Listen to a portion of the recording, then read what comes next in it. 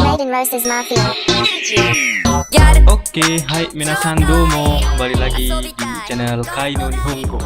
Udah lama Sensei nggak ngupload video juga. Dan ini Sensei ngupload video, tapi ini bukan yang tentang mengingat kanji. Jadi kita coba lebih ke grammar untuk kedepannya mungkin. Oh ya, Sensei juga mau ngabari, kelihatannya ke setiap hari Sensei ngupload. Jadi mungkin 2 hari sekali. Sensei usahakan 2 hari sekali maksimal lah.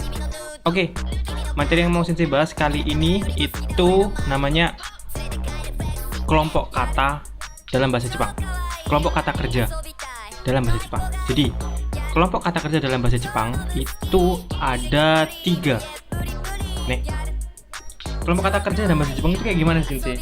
Contoh, di bahasa Indonesia sendiri kan ada yang awalnya itu kayak me, ada yang ter, ada yang terakhirannya itu kan, gitu kan? Contoh, lihat, dari kosakata awalnya yang lihat, kalau dikasih me akhirnya melihat. Terlihat itu kalau awalnya ter, atau sampai, kalau awalnya dikasih tersampai ditambahikan tersampaikan, kayak gitu kan. Jadi kayak tambahan-tambahan kata, tambahan dalam kata kerja, kurang lebih seperti itu nih. Hai. Jadi di bahasa Jepang juga umumnya ada seperti itu. Dan di bahasa Jepang itu kata kerjanya dikelompokkan menjadi 3. Wow, 3. Kok agak bingung sih? Sebenarnya nggak terlalu bingung kok. Coba kita lihat. Hai. Kelompok katanya sih dibagikan dalam 3. Kelompok 1, kelompok 2, dan kelompok 3. Kelompok 3 bisa dibilang irregular verb. Tahu?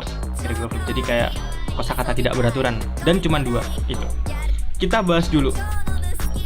Kelompok kata kerja ini itu dikelompokkan dari apanya? Dikelompokkannya itu dari akhirannya, akhiran katanya.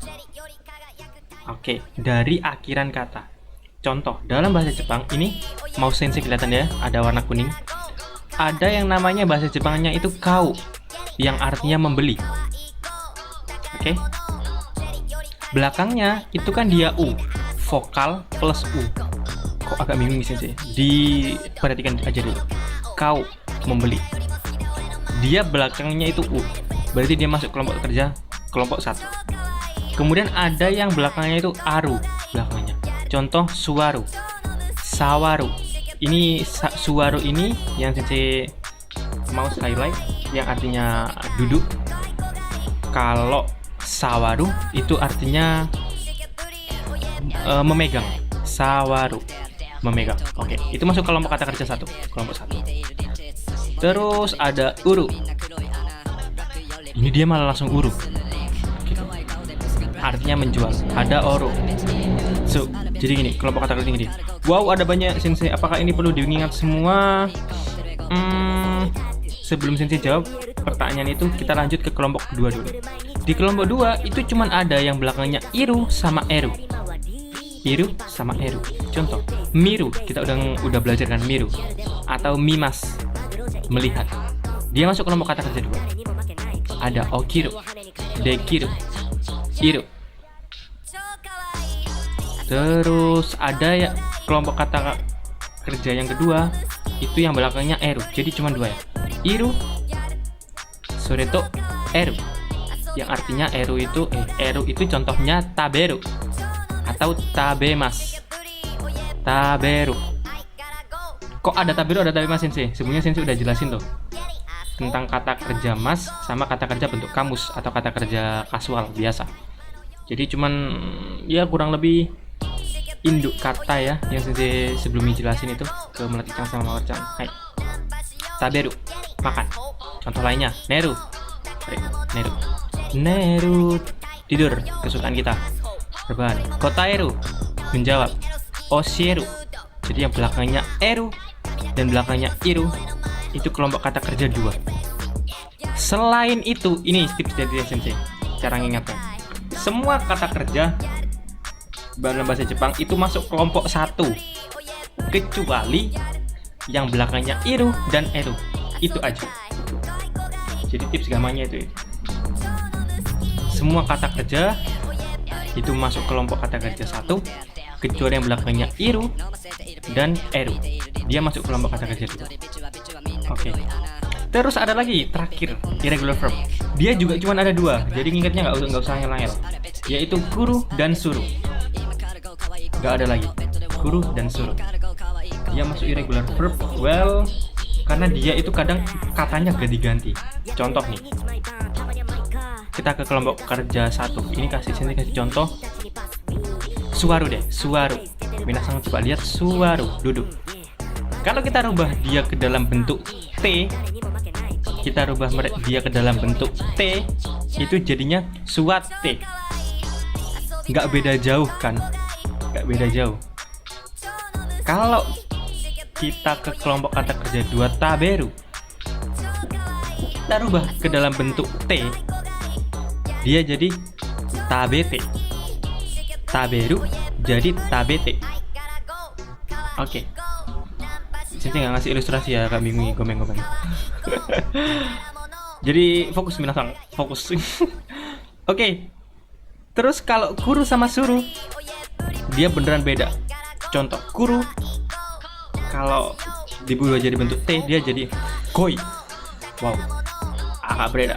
Suru jadi stay. Gitu. Jadi kata kerjanya agak irregular verb. Nih.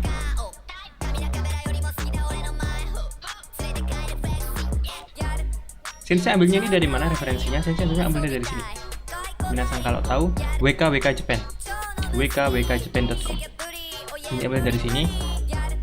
Jadi kata kerjanya ini yang berakhir dari A, I, U, E, O, vokal U, Aru, Uru. Silahkan minasang lihat website ini.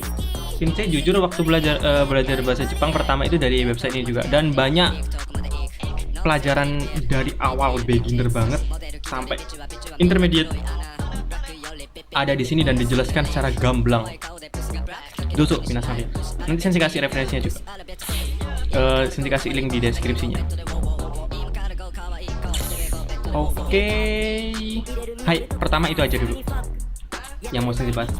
Fungsinya apa Sensei? Ini, kok kita belajar ini? Oke, fungsinya kita ngelompok kata kerjakan ini supaya nanti kita itu bisa ngubah ke bentuk kata kerja lain. Jadi untuk ngubah ke bentuk kata kerja lain, kita harus tahu kata kerja itu masuk ke dalam kelompok apa. Masuk ke dalam kelompok berapa, kelompok kata kerja berapa. Kelompok kata kerja 1, kelompok kata kerja 2, atau kelompok kata kerja 3. Saya kasih ilustrasi sedikit tadi ya, yang tadi contoh. Suwaru diubah ke dalam bentuk T jadi suwatte. Osieru diubah dalam bentuk T, osiete. Ini kelompok kata kerja 1. Ini kelompok kata kerja 2. Terus ada tadi suruh dibawa ke dalam bentuk T, dia jadi stay.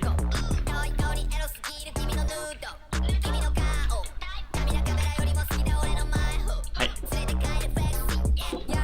Kurang lebih itu. Jadi nanti kita untuk kedepannya kita belajar coba mengubah ke dalam bentuk T dari kata kerja yang udah kita pelajari. Oke, minasang, ini dasen kata kerja yang perlu diingat. 3 kelompok kata kerja. Oke.